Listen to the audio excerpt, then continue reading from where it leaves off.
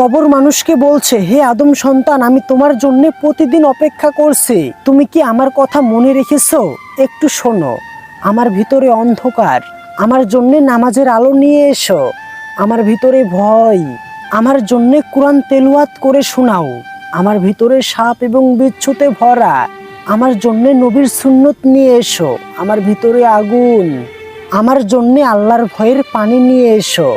মনে রেখো, আজ আমলের সময় হিসাবের না, কাল হিসাব হবে, কিন্তু আমলের সময় থাকবে না।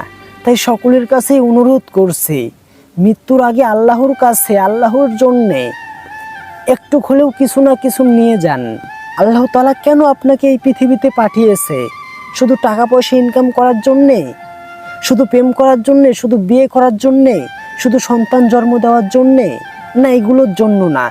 আল্লাহ তাআলা আপনাকে এই পৃথিবীতে পাঠিয়েছে তার ইবাদত করার জন্যে, তার বন্দেগী করার জন্যে।